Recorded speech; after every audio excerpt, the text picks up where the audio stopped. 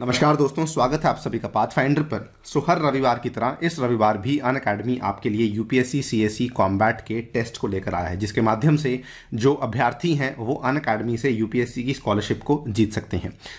इसके बारे में जानकारी तो आपको हम लोग पहले कई बार दे चुके हैं, लेकिन एक बार फिर से आपको बता दें कि इस रविवार यानी कि 6 फरवरी यानी कि कल के दिन हम लोग इस टेस्ट को कंडक्ट करने वाले हैं सुबह 11 बजे। आपको इसमें जुड़ना बिल्कुल नहीं भूलना।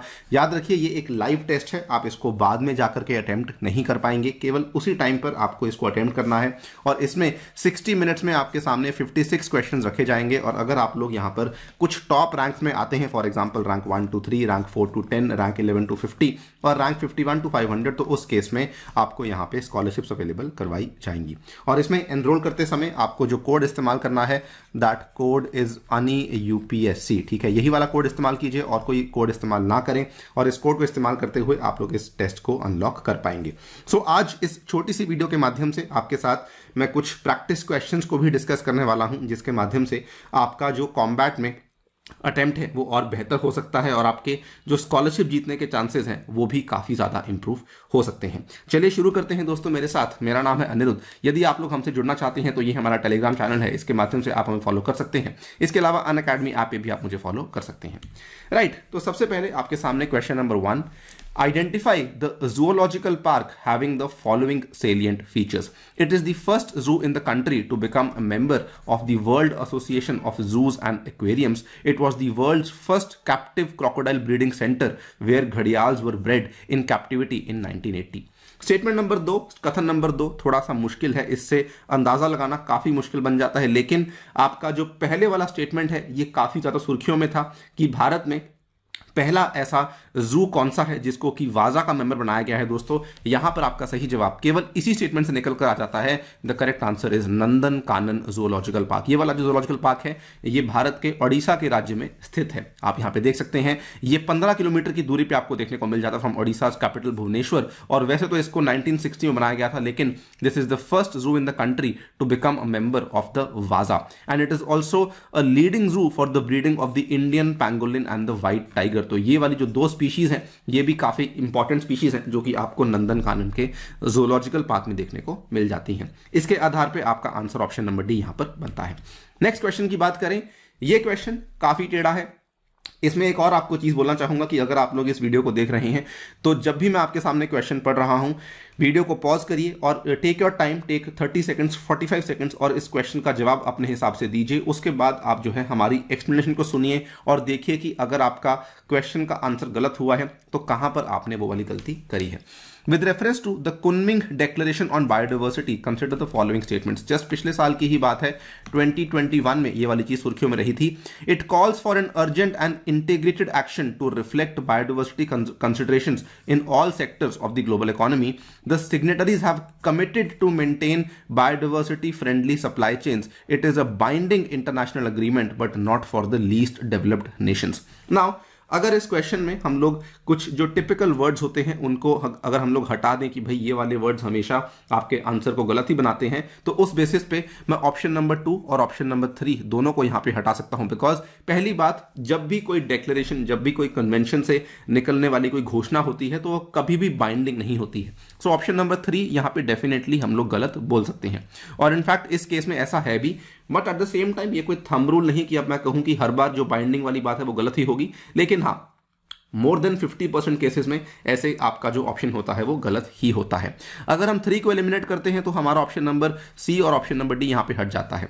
रही बात ऑप्शन नंबर 2 की, the signatories have committed to maintain the biodiversity friendly supply chains, तो अगेन यहां पे कमिटमेंट इस प्रकार की नहीं करी गई है। आप यहां पे देख सकते हैं, it calls upon the parties to maintain to mainstream biodiversity protection. ठीक है, और अगेन इसमें यहां पर किसी प्रकार की कोई मेजर कमिटमेंट जो है वो नहीं करी गई है। आप देख सकते हैं कुनमिंग डिक्लेरेशन जो है it was adopted by over 100 countries, जिसमें कि अक्टूबर 13, 2021 को इस पर्टिकुलर जो है डिक्लेरेशन को अडॉप्ट किया गया था। सेकंड वाला भी यहां पे गलत है और इसके आधार पर आपको आपका जवाब मिल गया ऑप्शन नंबर बी। बट ऐसे केसेस में आपको बता दूं कि स्टिल, क्योंकि ए और बी में अभी भी कंफ्यूजन था, तो अगर आप लोग आंसर देते हैं तो ध्यान रखिए कि आपका एक्यूरेसी केवल 50% ही होगा।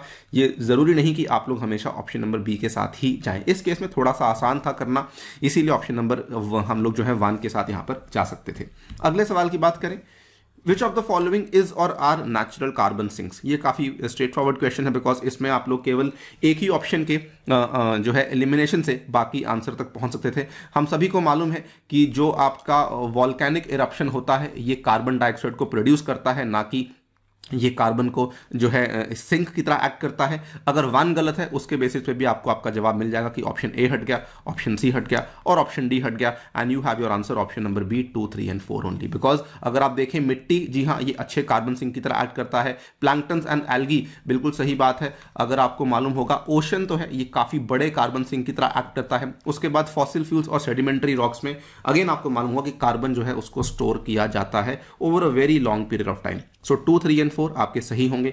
वॉल्केनिक इरप्शंस एक कार्बन प्रोड्यूसिंग एजेंट है, कार्बन प्रोड्यूसिंग इवेंट है, और यहां पर आपका कार्बन सिंक की तरह ये एक्ट नहीं करता, बल्कि उसके विपरीत ये कार्बन को प्रोड्यूस करता है। इसके बेसिस पे आपको ऑप्शन नंबर बी सही जवाब बन जाएगा। ये देखिए, carbon is also stored in the lithosphere as fossil fuels and sedimentary rocks, और उसके बाद वॉल्केनिक इरप्शंस जो है ये यहां पे कार्बन को केवल प्रोड्यूस करती हैं।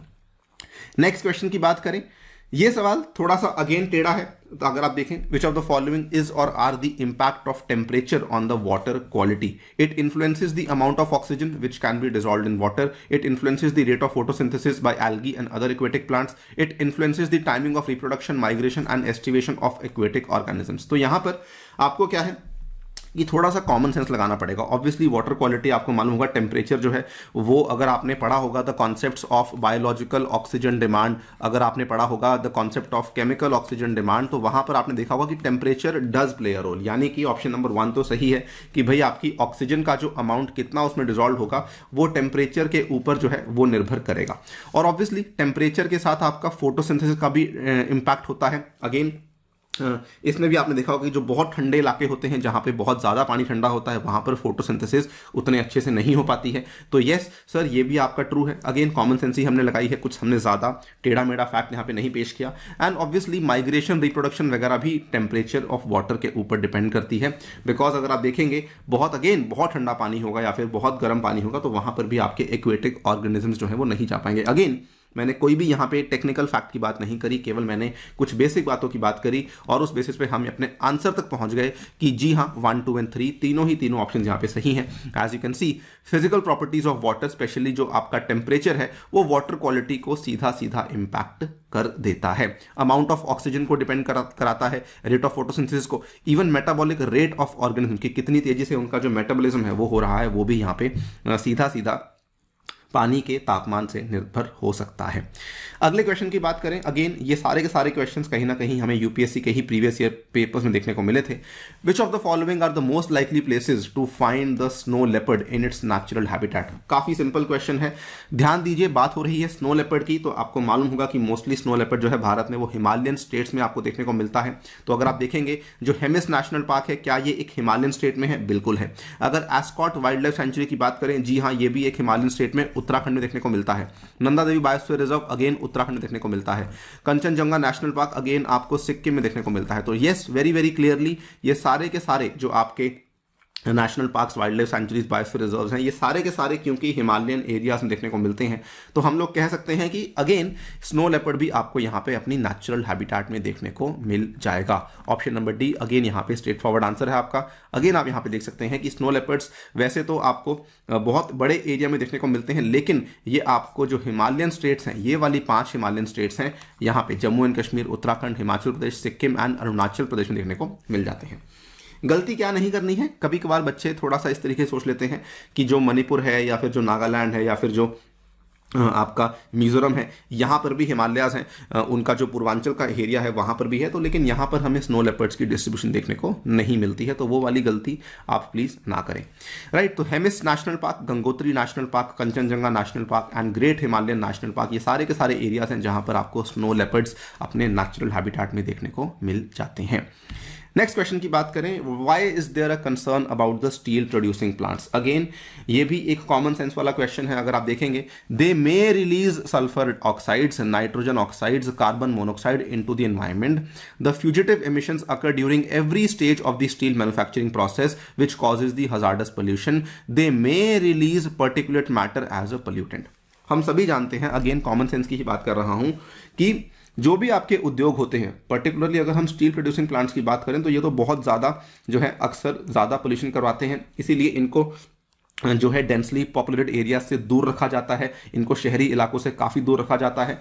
अगर आप देखिए 1 और 3 तो आप इस तरीके से भी सही बोल सकते हैं कि हाँ मे तो डेफिनेटली कर सकता है कि भाई करने को तो ये सल्फर डाइऑक्साइड, सल्फर ऑक्साइड या फिर नाइट्रोजन ऑक्साइड को रिलीज कर सकता है, तो उस बेसिस पे भी आपका आंसर सही है। लेकिन अगर आप कॉमन सेंस भी लगाएंगे तो it is a well known fact कि जो आपके उद्योग होते हैं वो SOx emissions, NOx emissions, carbon dioxide, carbon monoxide, इस तरह के हर तरह के एमिशन को ये एनवायरनमेंट में रिलीज करते ही हैं। और उसके बाद अगर हम बात करते हैं पर्टिकुलेट मैटर की, तो पर्टिकुलेट मैटर में भी आपने देखा होगा PM 2.5, PM 10, PM 5, जिनको कि हम लोग एरोसोल्स भी कभी कभार बोल देते हैं, तो ये जी हाँ पर्टिकुलेट मैटर को भी जो है एक तरीके से पोल्यूटेंट की तरह रिलीज करते हैं। तो 1 और 3 अगेन सही है। नाउ सेकेंड ऑप्शन थोड़ा सा ट्रिकी हो सकता था कि भाई क्या ये हर स्टेज पे करते हैं, तो जी हाँ ये हर स्टेज पे अपनी पोल्यूशन को कॉज करते हैं, बिकॉज जो भी यहाँ पे स्टेजेस होती हैं उसमें एवरी फेज में, हर चरण में ये पोल्यूशन को कॉज करते ही करते हैं। अगर आप देखें steel industry is the third largest contributor of air pollution, one of the largest contributors to the emissions of carbon dioxide. ठीक है, ये हर तरह की चीजों को रिलीज करते हैं, PM 2.5, 10, carbon dioxide, sulphur dioxide, nitrogen oxides, carbon monoxide वगैरह वगैरह। और इनफैक्ट इसमें यह भी कहा जाता है कि एवरी स्टेज पे, जो भी इसमें स्टेजेस होती हैं, ये जो है ये देखिए the problem of the fugitive emissions occurs during every stage of the steel manufacturing process and possess a huge challenge. तो ये वाली प्रॉब्लम भी आपको हर स्टेज पे देखने को मिलती है, जिसके आधार पे आपका आंसर ऑप्शन नंबर D 1, 2 और 3 बन सकता है। नाउ आई अंडरस्टैंड कि इसमें आप कहेंगे कि सर आपने बड़ी आसानी से बता दिया, ऑप्शन नंबर 2 यहां पर गलत कर सकते थे लोग, केवल आप इसको एलिमिनेट कर सकते हैं, इसको एलिमिनेट कर सकते हैं, C और D में यहां पे दिक्कत आ सकती थी। उस केस में यस वी डू अग्री कि 50% का आपका एक्यूरेसी रेट ही यहां पर बनता है। खैर सही जवाब ऑप्शन नंबर D यहां पर बन जाएगा। नेक्स्ट क्वेश्चन की बात करें, this was a bouncer question, UPSC में पूछा गया था 2017 की बात है या 18 की बात है। It is a very very tough question, which of the following are included in the Nilgiri biosphere reserve. अब देखिए जो आपके ऑप्शंस भी हैं वो असल में काफ़ी ज़्यादा पेचीदा बनाए गए हैं।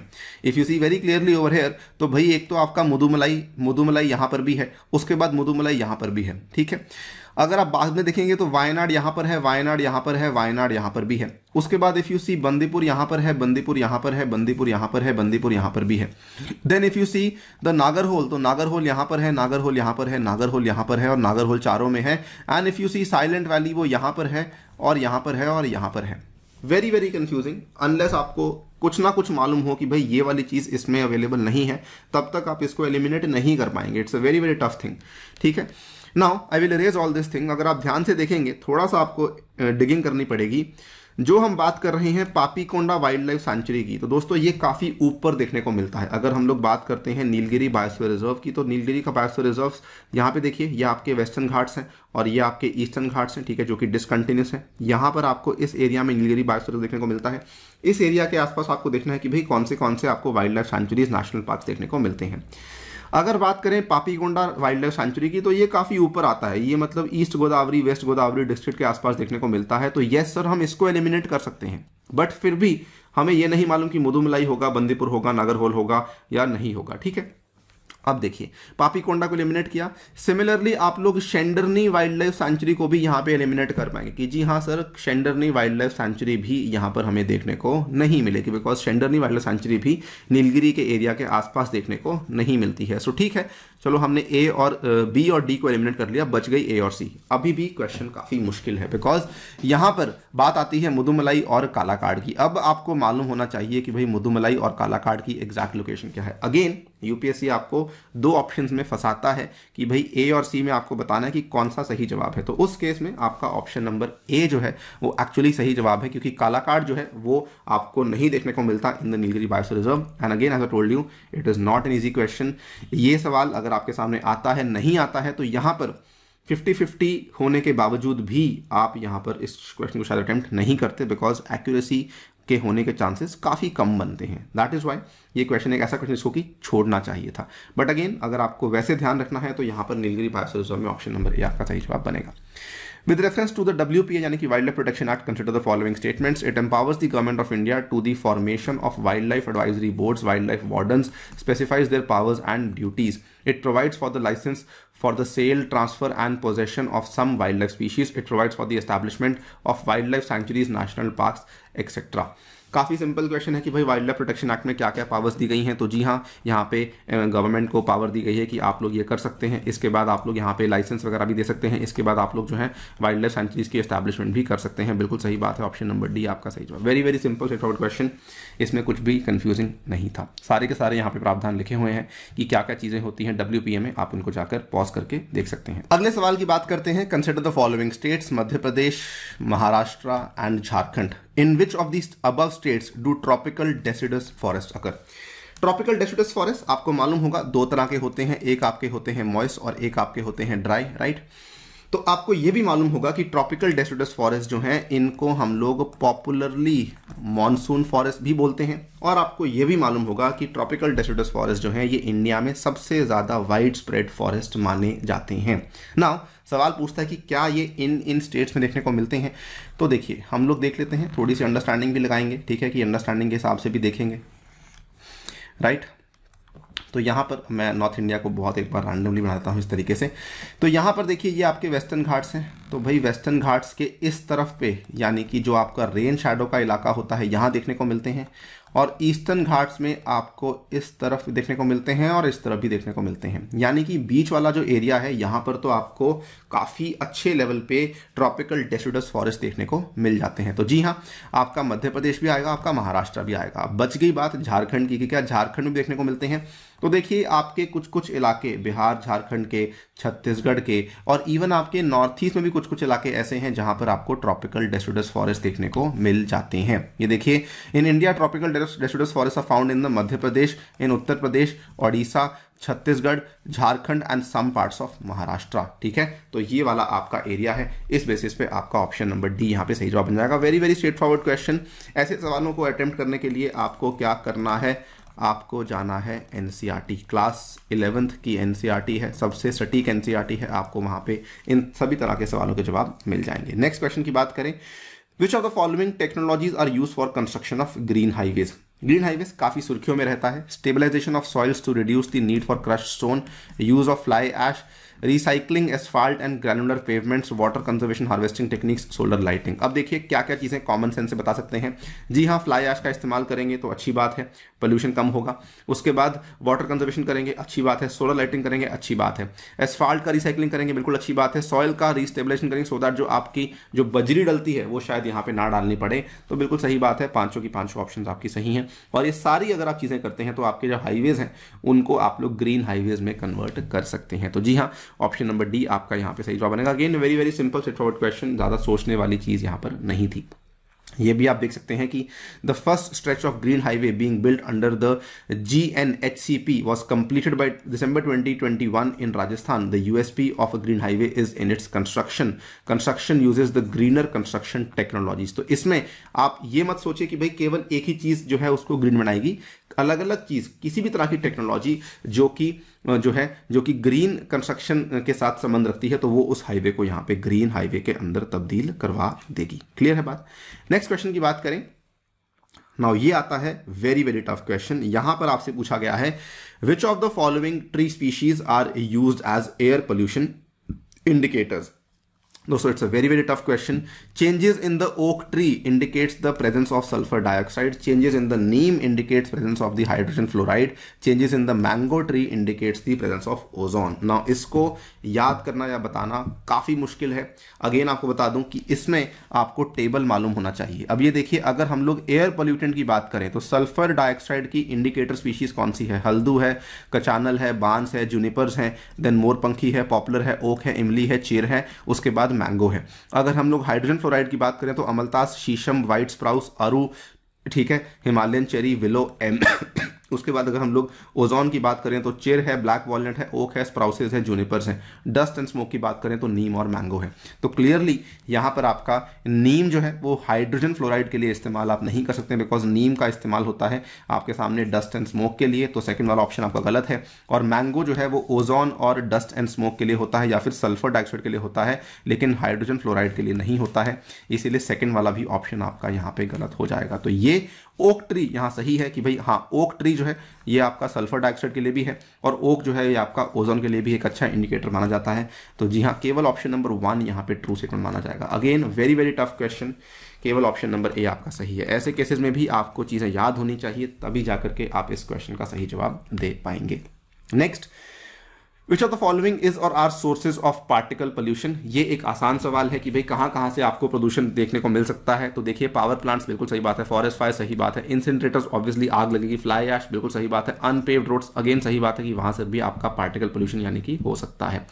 तो 1, 2, 3, 4 एंड 5 अगेन ये सिंपल क्वेश्चन है। अब देखिए, मेरा पॉइंट यहाँ पर आपको लग रहा होगा कि हो क्या रहा है। तो बेसिकली पॉइंट यहाँ पर यह है कि कुछ सवाल आसान भी आते हैं, कुछ सवाल मुश्किल भी आते हैं। मुश्किल सवालों को छोड़ना भी आना चाहिए। ये नहीं कि भाई मैंने तो अपने ऊपर ले लिया है तो मैं तो मुश्किल सवाल भी जैसे भी होगा मैं तो करके ही आऊँगा, 100 के 100 क्वेश्चन करके आऊँगा। जी नहीं, आपको कहा जाता है कि 80 to 85 क्वेश्चंस अटेम्प्ट करने हैं पेपर में, ठीक है। और अगेन अगर हम कॉम्बैट की भी बात करते हैं तो ज़रूरी नहीं कि आपका 56 के 56 क्वेश्चंस देके ही आपको यहाँ पर जो है कॉम्बैट में टॉप रैंक मिलेगा, नॉट नेसेसरी। सारे क्वेश्चन सही करना काफ़ी मुश्किल रहता है। अगर आपकी 60% एक्यूरेसी भी आ रही है then you can get a good rank, और ऑब्वियसली अगर आपकी 70% एक्यूरेसी आ रही है, 75% एक्यूरेसी आ रही है, तो आप यहाँ पे टॉप रैंक्स में भी। नेक्स्ट क्वेश्चन की बात करते हैं, in which of the following states do tropical wet evergreen forest occur. तो अगेन वेट एवरग्रीन फॉरेस्ट की बात हो रही है। बात सिंपल है कि भाई जो बारिश है वो 200 सेंटीमीटर ज्यादा होनी चाहिए, तो वो केवल और केवल अरुणाचल में होती है, यहां नहीं होती, यहां नहीं होती। ऑप्शन नंबर ए आपका सही जवाब बन जाएगा। वेरी सिंपल, अगेन एनसीईआरटी आपका स्टैंडर्ड सोर्स है, इसको आप रेफर कर सकते हैं।